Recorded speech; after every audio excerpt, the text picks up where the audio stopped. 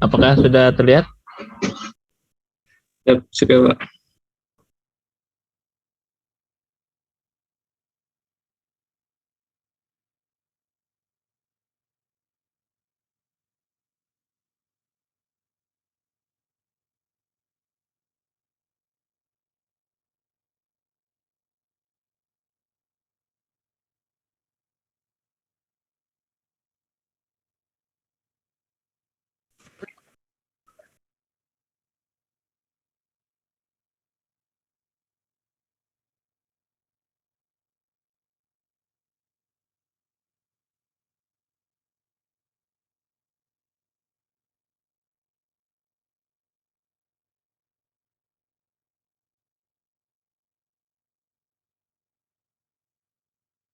Baik, jadi ini adalah pertemuan kita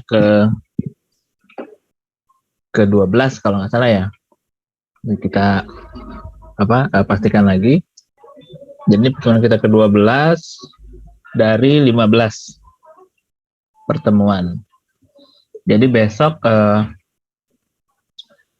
adalah kemungkinan yang materi. Sebentar ya, saya stop share.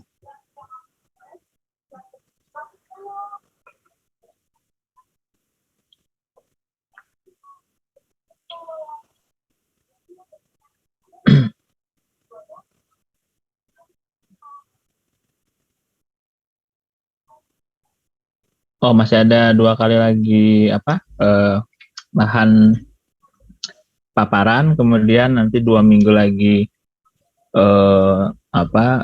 diskusi, baru kemudian UAS gitu ya. UAS-nya itu kemungkinan di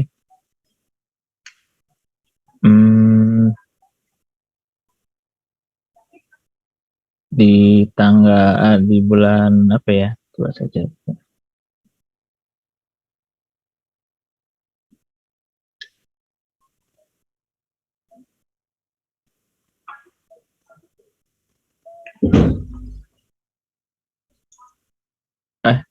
Ternyata ini ya hari ini, terus besok terakhir untuk paparan, jadi 1 kali lagi yang kemudian dua kali tugas presentasi, dan yang terakhir UAS di sekitar bulan Desember, 29 Desember. Itu ya kira-kira. Jadi tinggal 1 lagi paparan minggu depan gitu. Oke, kita kembali lagi ke ini. Paleo. Oke. Oke.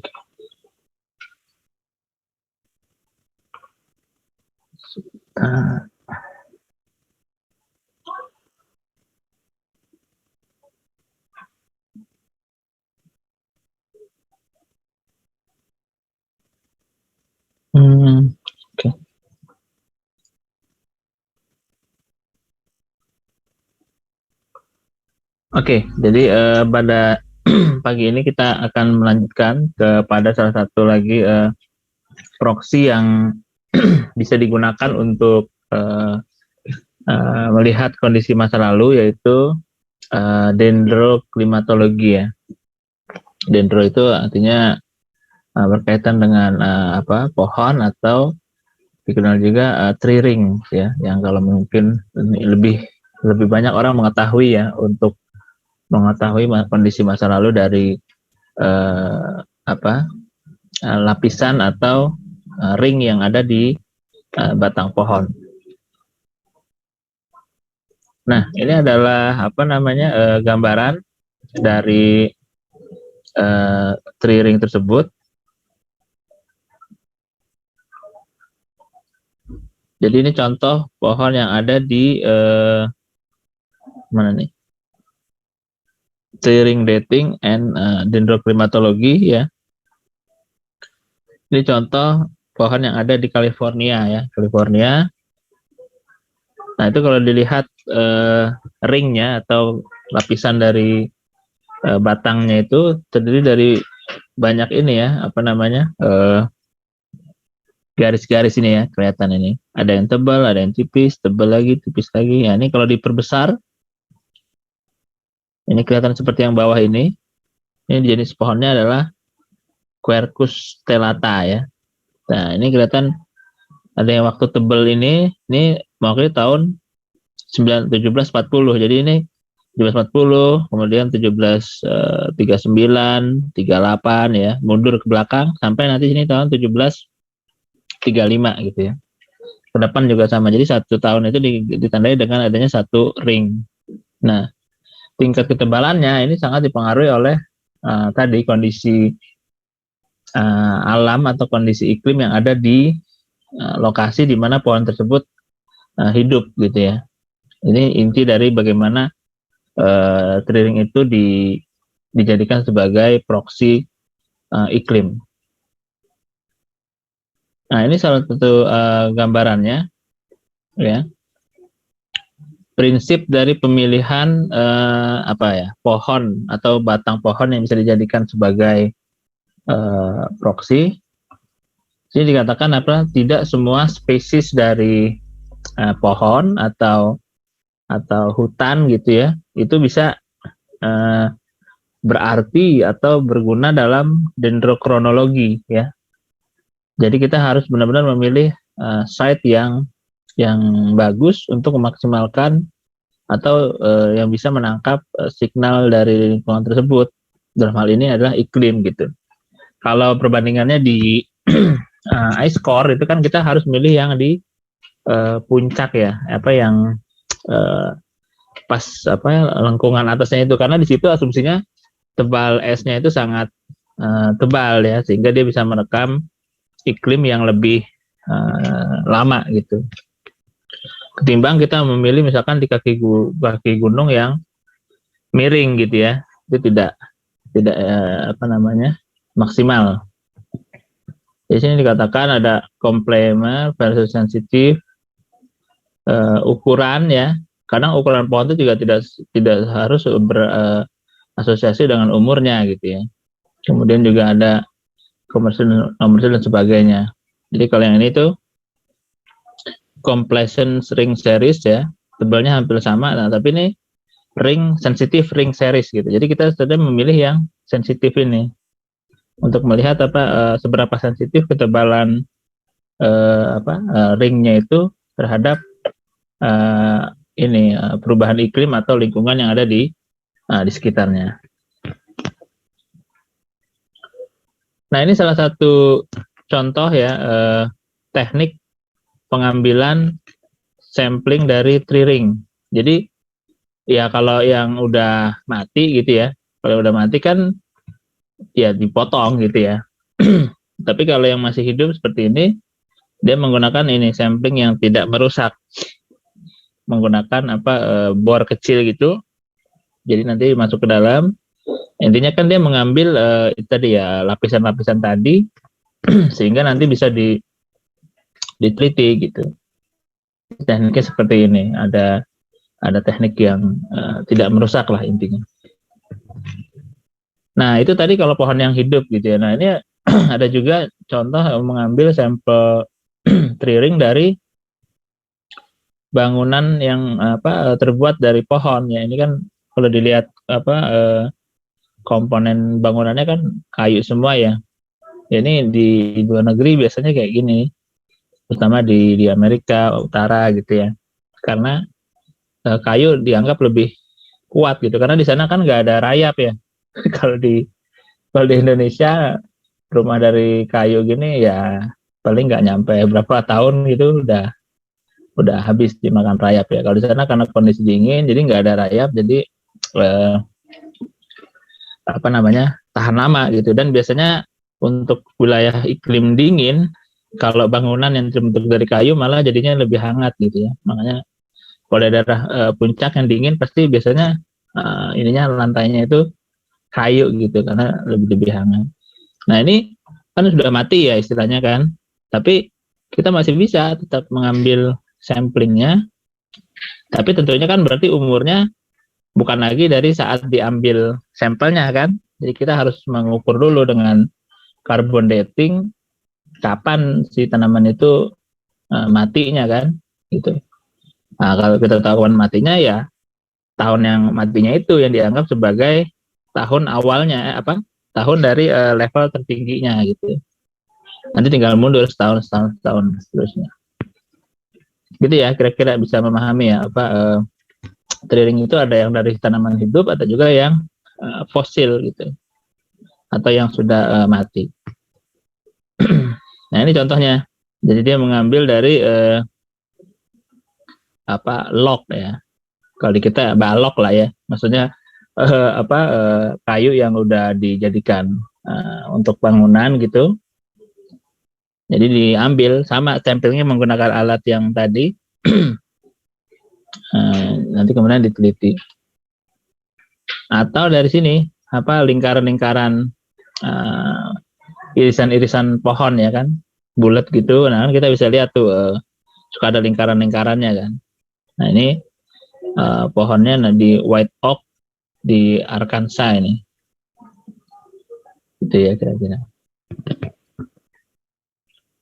Nah ini beberapa lokasi jenis pohon yang bisa digunakan gitu ya sebagai untuk melihat dendroklimatologi tadi. Nah ini warna-warna ini tuh jenis-jenis tanamannya, dan di tiap state ya, atau kalau di sini misalkan kayak provinsi itu ada ciri khasnya, pohon ini adanya di sini, ini yang adanya di mana gitu. Jadi cukup beragam gitu ya. Kayak di bagian barat sini, ya di bagian barat tuh banyak kan yang warna merah. Nah, tengah ini yang warna biru tua ini, white oak gitu ya. Ya memang kalau di luar negeri, khususnya di Amerika itu udah cukup banyak gitu ya riset. Tapi kalau di kita kayaknya belum terlalu banyak. Nah ini nanti akan kelihatan bahwa memang tidak semua pohon di Indonesia atau tropis khususnya itu bisa dilihat lingkar batangnya tadi, karena memang jenis dari spesiesnya yang agak beda. Ini contoh rekonstruksi dari pohon di mana nih, Montana ya. Jadi ini ada dikatakan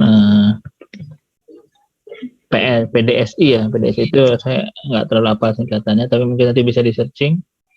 Rekonstruksi ya dibandingkan dengan data instrumental. Instrumental yang warna hitam, yang merah adalah hasil rekonstruksi dari tanaman tadi 500 tahun terakhir gitu. Jadi kita lihat sangat tinggi ya korelasinya 0,84 gitu. Jadi memang ini tree ring ini skalanya seperti dengan ice core kemarin ya, atau dengan terumbu karang, skalanya bisa sampai tahunan gitu. Jadi mundur setahun ke belakang dan seterusnya. Berbeda dengan sedimen ya, yang skalanya ratusan tahun atau puluhan ribuan tahun. Ini contohnya Dust Bowl Drought. Jadi ini kalau dibandingkan dengan antara pengukuran alat dengan rekonstruksi ya sangat mirip gitu ya. Sebelah kanan ini menggunakan rekonstruksi, yang atas menggunakan sebelah kiri itu dari hasil instrumen atau alat. Kemudian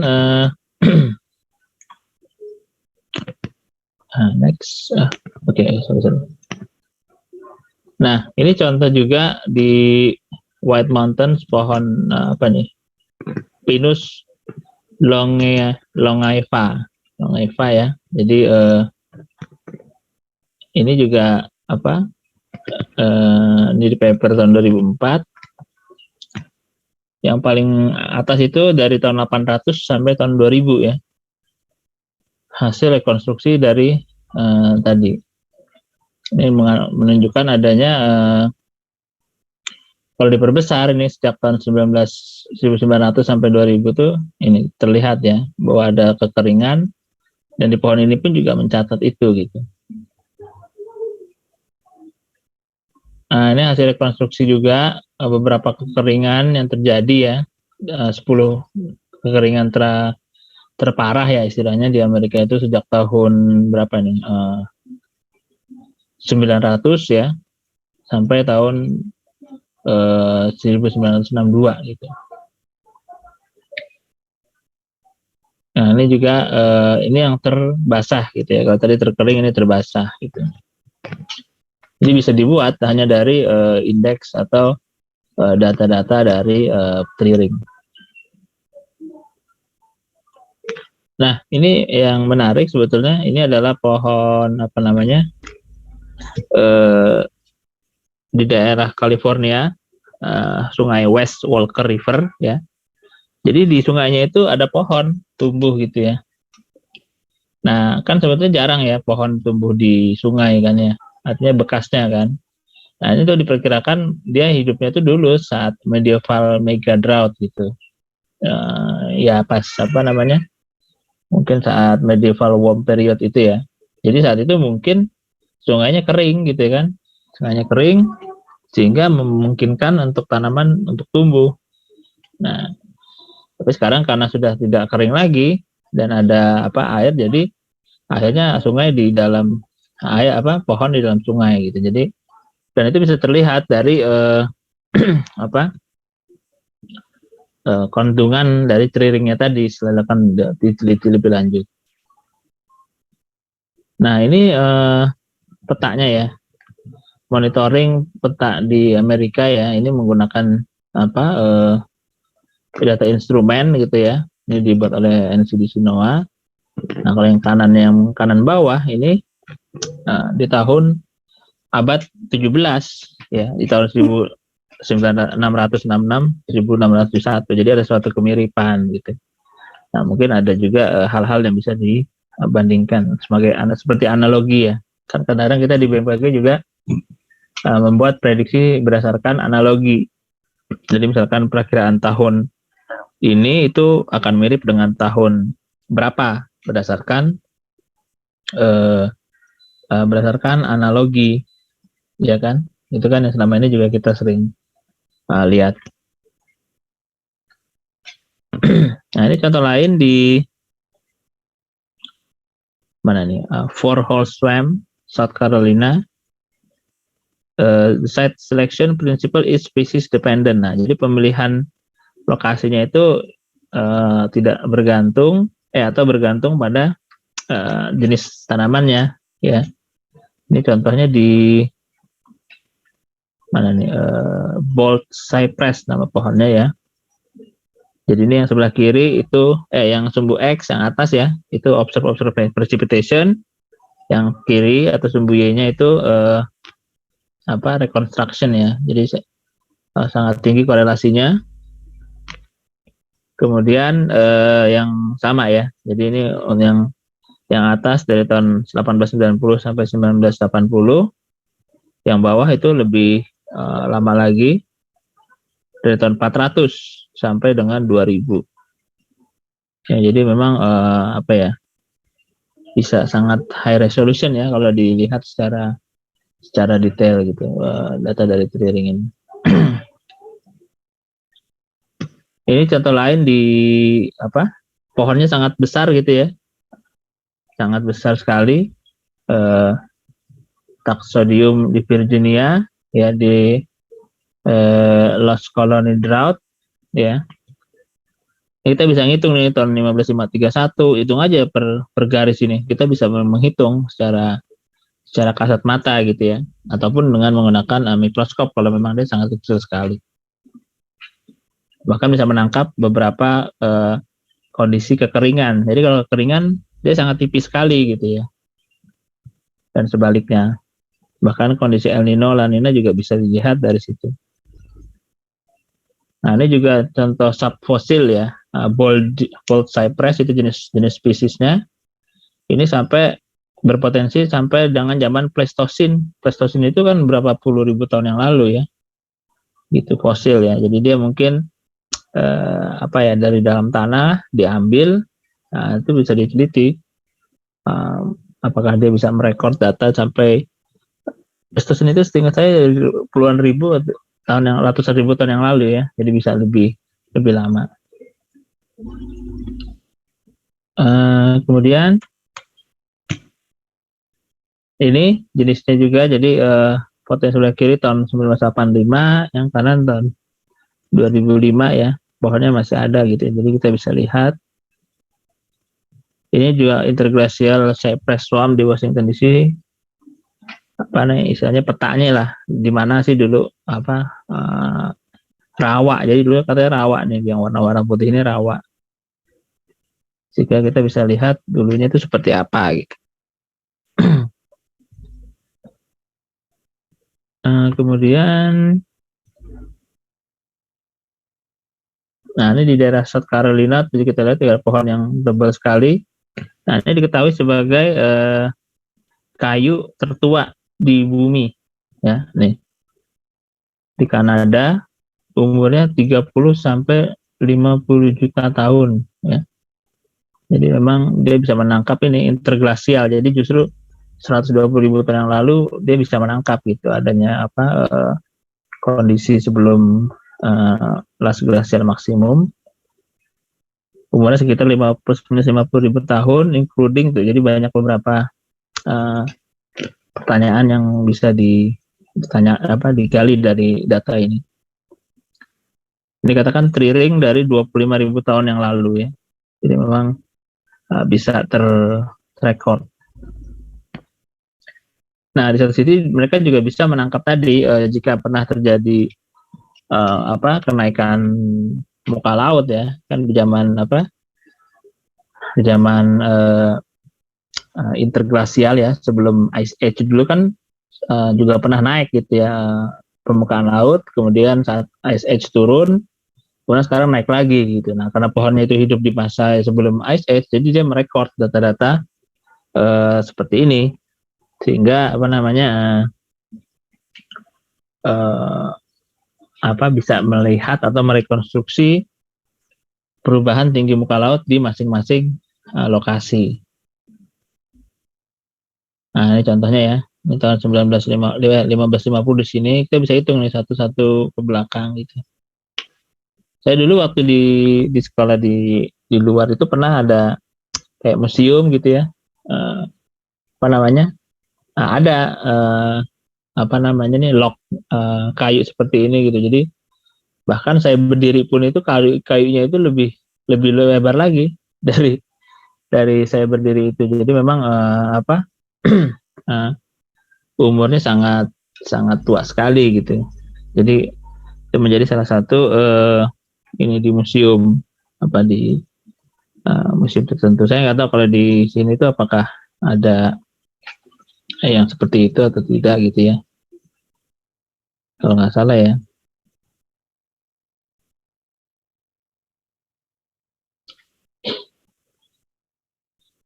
Oke, Anda sampai sini ada pertanyaan?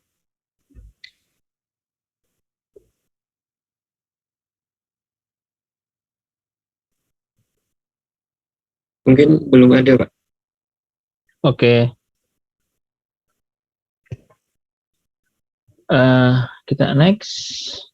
Nah, ini adalah divergence between the tree growth and temperature. Jadi ada kaitan, ya, antara suhu, ya, parameter suhu. Kalau tadi kan kita lebih lihat hujan, ya, artinya kering basah gitu, ya.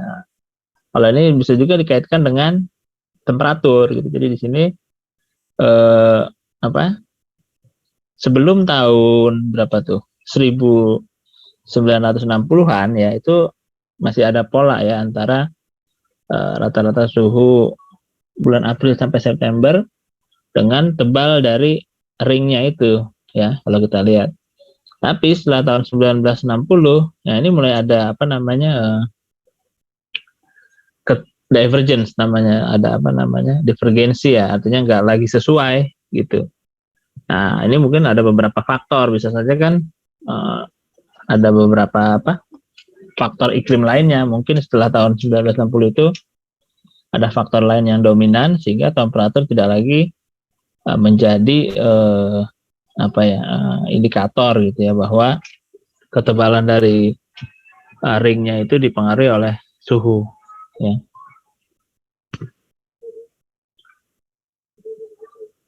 Oke, sebenarnya hanya itu slide untuk hari ini yang saya miliki.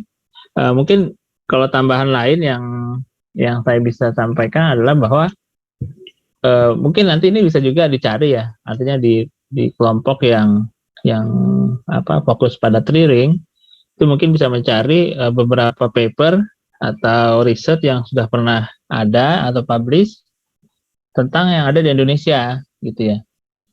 Tahu saya sih, saya dulu pernah baca juga itu ada di Jawa. Biasanya Jawa itu kayunya biasanya dilihat apa ya, jenis pohonnya itu.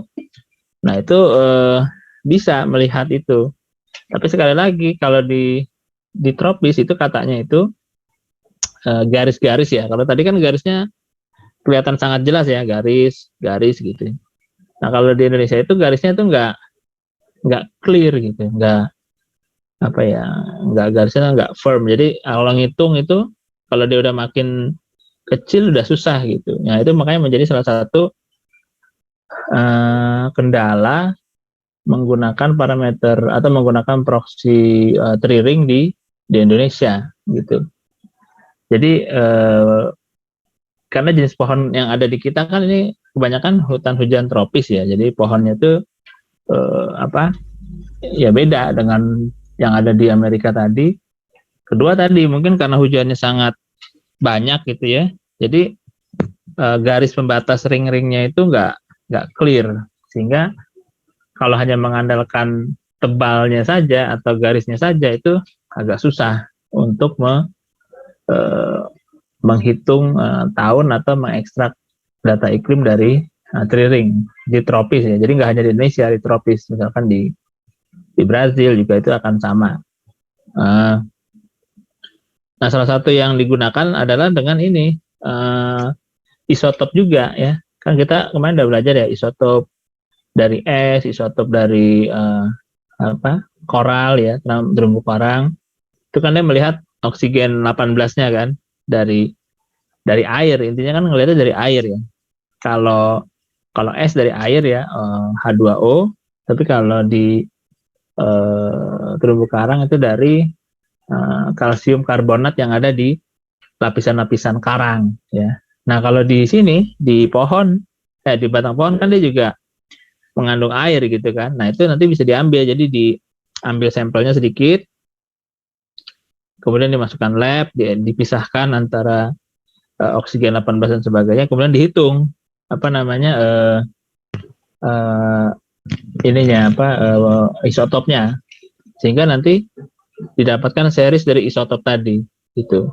Nanti kelihatan itu apa naik turunnya gitu. Itu sih kalau nggak salah yang riset terbaru terkait dengan tree ring. Jadi menghitung atau mengekstrak data iklim tidak hanya dari tebal ring atau menghitung banyaknya ring tadi, tapi juga menghitung isotop dari ring tersebut gitu.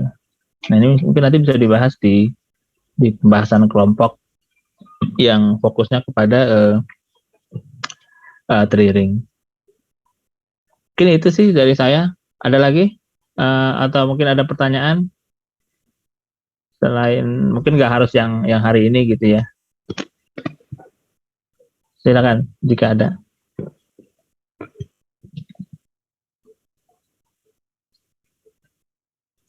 Mohon izin Pak, izin bertanya. Ya, silakan. Baik Pak, izin Pak, apakah semua jenis pohon susunannya sama seperti yang ditampilkan di PPT tadi Pak? Semua jenis spesies pohon? Nah, memang apa?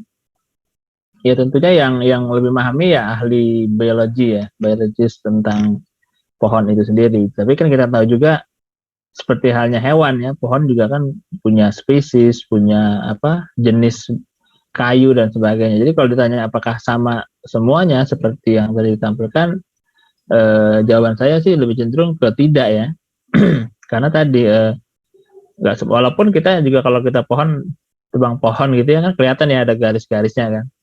Tapi kan tadi tidak jelas tadi itu apa kadang garisnya itu nggak fix sehingga susah menghitungnya gitu. Tapi kalau beberapa kayu yang memang apa jenisnya itu spesifik, itu bisa menangkap ya garis-garis yang tadi kita lihat di tree ring gitu. Jadi kalau ditanya apakah sama, kalau menurut saya sih tidak sama. Makanya kan tadi di peta yang tadi di Amerika itu kan hanya jenis-jenis pohon tertentu kan yang ditampilkan kan kayak oak gitu ya, yang oak tadi, kemudian tadi pohon bold cypress gitu ya. Jadi sepertinya sih memang hanya spesies-spesies tertentu yang bisa diekstrak data nya untuk dari parameter iklim yang ada di masa lalu. Ada lagi pertanyaannya? Baik, terima kasih Pak. Ya, sama-sama.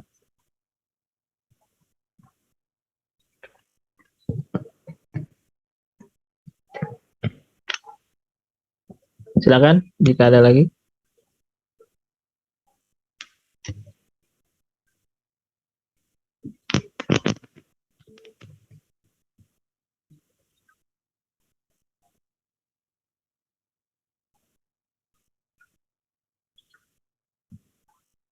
Oke, saya kira kalau tidak ada lagi, mungkin kita bisa cukupkan gitu ya. Kalau terkait dengan tugas gimana? Udah selesai semua atau ada yang masih dalam dalam pengerjaan atau proses? Mohon izin Pak, Ya, silakan. masih tahap proses pengerjaan Pak. Ya, oke. Kalau bisa nanti ini aja ya, buat aja satu Google Form gitu ya, atau Google Drive. Nanti diupload ke situ gitu. Atau nanti saya buat deh. Nanti saya share. Jadi nanti PPT terus sama ringkasan ya kan. Kemarin saya minta juga uji buat ringkasan kan. Jadi kayak satu atau dua halaman terkait dengan paper yang nanti akan dipresentasikan itu juga bisa dituliskan gitu. Oke. Izin Pak, untuk Iya. ringkasannya berarti per kelompok juga Pak? Ya, per kelompok aja. Kemarin saya bilangnya per kelompok atau perorangan? Atau saya belum jelaskan? Belum menjelaskan ya Pak. Per kelompok aja lah, biar lebih simpel. Gitu. Tapi kalau per kelompok ya 2 halaman lah. Jadi jangan ada 1 halaman. Jadi ada penjelasan gitu. Kenapa menggunakan ini dan sebagainya gitu. Dan tadi nggak harus jangan hanya satu paper, misalkan ya satu paper minimal lah, tapi kalau misalkan bisa lebih, misalkan 2 atau 3 juga oke gitu ya. Artinya ada nilai plus lah dengan ada pertambahan itu. Mohon izin Pak, jadi itu kan yang presentasi kan waktunya 2 minggu ya Pak. Tapi untuk pengumpulan PowerPoint-nya berarti sebelum tanggal 15 itu ya Pak? Atau pada saat mau maju aja Pak? Pada saat mau maju aja kalau gitu ya. Ya misalkan hari Rabu ya presentasikan ya, hari 1-2 hari lah sebelum itu gitu. Dan nanti diinfokan ke saya gitu. Jadi nanti saya bisa lihat juga gitu ya ketika ini. Gitu aja ya. Ya Pak. Oke, saya kira itu aja untuk hari ini. Besok untuk minggu depan materi terakhir ya. Kalau di silabus yang saya buat itu kita akan membahas secara umum ya rekonstruksi iklim dari historical record gitu. Historical record. Jadi kalau selama ini kan dari benda hidup gitu ya atau alam gitu ya. Kalau ini dari historical record yang berkaitan dengan manusia gitu. Kan manusia kan juga dulu ada gitu ya. Jadi kan ketika manusia dulu ada itu kan ada yang buat lukisan, ada yang buat tulisan, kadang nulis di batu, kadang nulis di mana. Nah, dari situ itu juga nanti bisa diambil informasi-informasi iklim gitu. Kadang lukisan gitu ya. Kalau zaman dulu kan melukis nggak ada S-nya, sekarang misalkan ada gitu. Nah, itu ya kira-kira yang akan kita bahas di minggu depan. Dan itu mungkin nanti ya sebagai akhir dari paparan yang kita untuk kelas ini. Baik, saya kira itu sekali lagi saya tadi mohon maaf agak terlambat karena memang ada urusan dan nanti siang saya nggak bisa karena ada 2 Zoom online gitu ya. Jadi harus pindah-pindah gitu. Jadi sekali lagi terima kasih atas ininya teman-teman bisa menyesuaikan dengan waktu yang mungkin tiap minggu berubah gitu ya. Oke, mungkin itu saya cukupkan. Terima kasih. Assalamualaikum warahmatullahi wabarakatuh. Sampai lagi ketemu di minggu depan. Terima kasih semuanya. Waalaikumsalam warahmatullahi Waalaikumsalam warahmatullahi wabarakatuh. Warahmatullahi wabarakatuh. Terima kasih. Terima kasih, Pak. Terima kasih, Pak. Oke, saya live ya. Terima kasih. Siapa?